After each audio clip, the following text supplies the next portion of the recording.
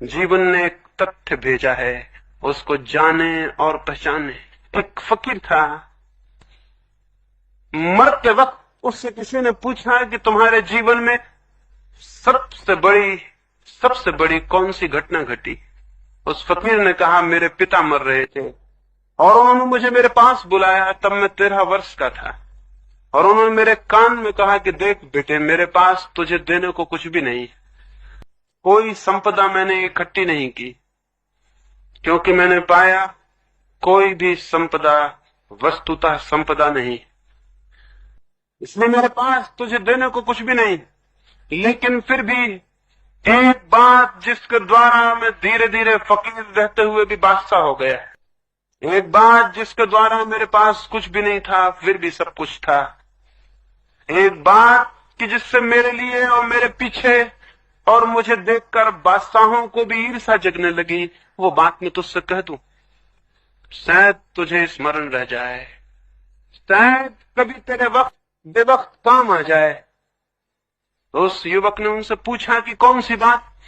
तो उसके पिता ने, मरते हुए पिता ने कहा था कि तब जब भी तेरे जीवन में कोई तथ्य आए, क्रोध, काम, वासना, कोई भी बात तेरे जीवन में आए, तो उसे मेहमान की तरह जानकर स्वागत करना, अतिथि की तरह जान के स्वागत करना, ना तो एकदम उसके प्रभाव में डूब के खुद को भूल जाना और ना उससे आंखें चुराना। स्वागत करना घर आए अतिथि का अत्यंत प्रेम से, और निरीक्षण करना बहुत गहरा, क्या क्या उसमें छिपा है। उस युवक ने जीवन भर इसका प्रयोग किया। मरते समय वो भी अपने मित्रों से कह सका कि अगर मुझे ये सूत्र न मिला होता तो मेरा जीवन पानी में खींची गई लकीरों की भांति व्यर्थ हो जाता, लेकिन मैंने जीवन के एक एक तथ्य का अत्यंत धैर्यपूर्वक स्वागत किया, निरीक्षण किया, ऑब्जर्वेशन किया, देखा, और मैं हैरान हो गया। मैंने पाया कि उन सभी तथ्यों के निरीक्षण करते ही करते उन तथ्यों में जो भी अशुभ था वो विलीन हो गया और जो शुभ था वो शेष रह गया। क्रोध के भीतर भी कुछ है, क्रोध के भीतर भी कुछ है जो बच जाए, क्रोध के भीतर भी कुछ है जो बच ही जाना चाहिए। जिस व्यक्ति में क्रोध ना हो उसमें कोई तेज ही नहीं होता, उसमें कोई तेजस्विता नहीं होती, उसके भीतर कोई पोटेंसी नहीं होती, वो नपुंसक होता है, इम्पोटेंट होता है, उसके भीतर कोई बल नहीं होता, उसके भीतर कोई ओज नहीं होता। क्रोध में भी कुछ है, लेकिन जिसके भीतर क्रोध होता है हम देखते हैं वो तो नरक हो गया, हम देखते हैं वो तो आग में जल रहा है और तड़फ रहा है। आग से घर में दिया भी जलाया जा सकता है और घर में आग भी लगाई जा सकती है। इससे आग न तो बुरी हो जाती कि उससे आग लग जाती है और घर जल जाता है, लेकिन उससे दिया भी जलाया जा सकता और अंधेरे में प्रकाश भी किया जा सकता है। आग में कुछ है जो बचाया जा सकता है, आग में कुछ है जो छोड़ा जा सकता है। क्रोध में भी कुछ है, सेक्स में भी कुछ है। जिस व्यक्ति में सेक्स ही ना हो, जिस व्यक्ति के भीतर काम वासना न हो, उस व्यक्ति से कुछ भी क्रिएट नहीं होता, कोई सृजन नहीं होता उससे। अब तक दुनिया में उन लोगों ने जिनके भीतर कोई काम की वासना नहीं थी बचपन से, उनके भीतर कोई सृजन पैदा नहीं हुआ, न उनसे एक गीत पैदा हुआ, न उनसे एक संगीत की लहर जन्मी, न उन्होंने एक चित्र बनाया, न उन्होंने एक गांव बसाया, न उन्होंने बगीचे लगाए और फूल पैदा किए, उनसे कुछ भी नहीं हुआ। जीवन में जो भी सृजनशीलता है, जो भी क्रिएटिविटी है, वो सेक्स का हिस्सा है। लेकिन हम तो देखते हैं एक आदमी सेक्स के जीवन में पड़ जाता तो उसका जीवन सिवाय दुख और पीड़ा के और ग्लानि के और शक्तिहीनता के कहीं भी नहीं जाता। जरूर सेक्स के भीतर जो भी अशुभ है वही पकड़ लिया जाता है और जो शुभ है वो छूट जाता है। शुभ को खोजने के लिए बहुत पैनी आंख चाहिए, और स्मरण रखें, छोटे से बीज को प्रकृति छिपाती है तो सख्त खोल में छिपा देती, सख्त खोल ऊपर चढ़ा देती, भीतर बीज को छिपा देती। अगर हम सख्त खोल से ही डर के वापस लौट आए तो फिर बीज कभी बोया नहीं जाएगा। लेकिन हम जानते हैं सख्त खोल बीज की दुश्मन नहीं है, बीज की सुरक्षा है। बीज को डालें खेत में, जमीन में, सख्त खोल गल जाएगी और टूट जाएगी और अंकुर निकल आएंगे। उन कोमल अंकुरों की सुरक्षा के लिए सख्त खोल थी। मनुष्य के जीवन में जिसे भी हम बुरा कहते हैं, मैं बुरा नहीं कहता, मैं कहता हूं वो सख्त खोल की तरह है, उसके भीतर बड़े कोमल अंकुर छिपे हुए हैं। जो आदमी क्रोधी होता है, अगर किसी भी दिन क्रोध की शक्ति से पूरी तरह परिचित हो जाए, वही क्षमावान हो जाता है। क्रोध के भीतर क्षमा छिपी है, और जिस आदमी के जीवन में क्रोध नहीं है, उसके जीवन में क्षमा कभी नहीं होगी। क्या आपको पता है जिस आदमी के भीतर बहुत ज्यादा काम की वासना होती है, वही व्यक्ति सचमुच में कभी ब्रह्मचर्य को उपलब्ध हो पाता है, अन्यथा दूसरा व्यक्ति नहीं। शक्ति की शक्ति ही, काम की शक्ति ही ब्रह्मचर्य का ओझ बन जाती है।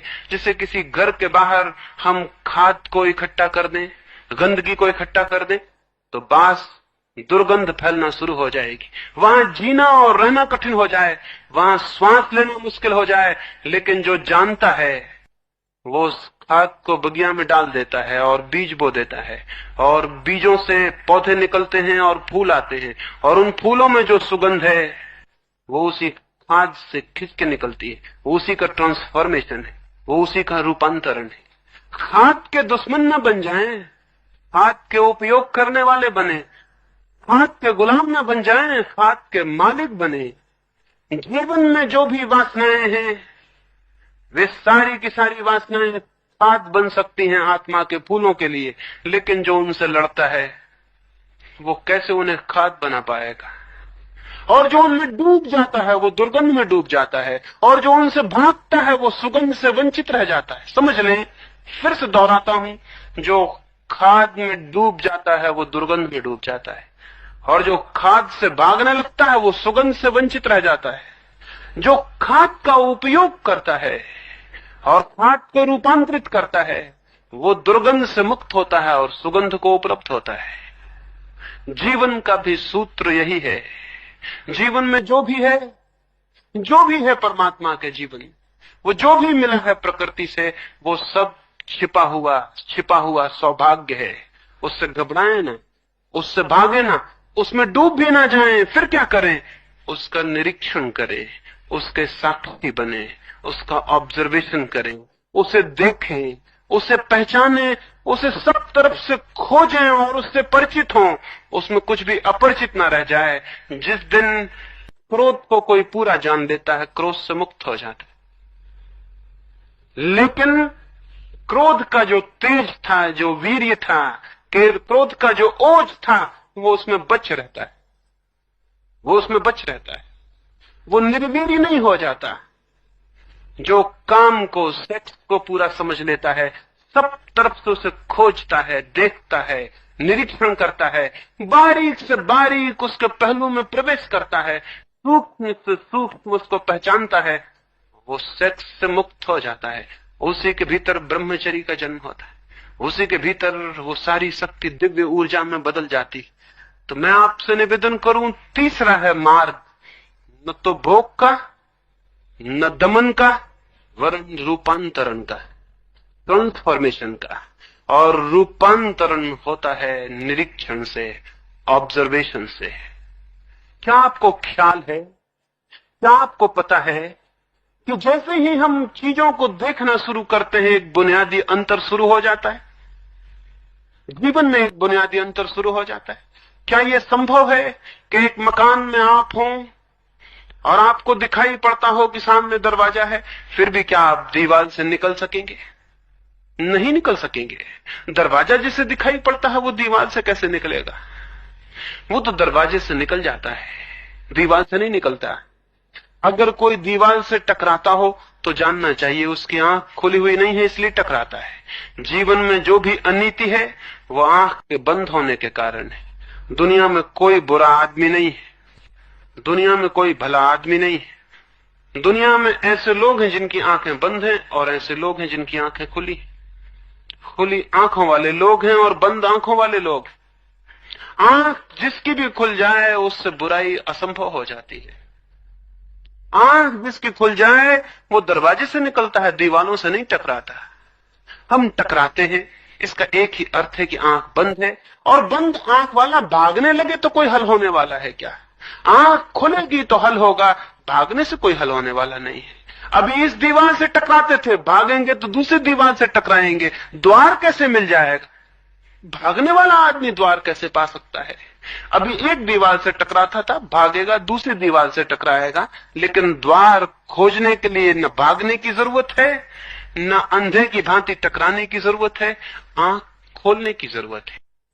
जीवन के प्रति आंख खोलने की जरूरत है। और हमारी आंखें सच में ही करीब करीब बंद है। हम जीवन के किसी तथ्य को न तो देखते हैं न खोजते हैं। कभी आपने अपने क्रोध को खोजा?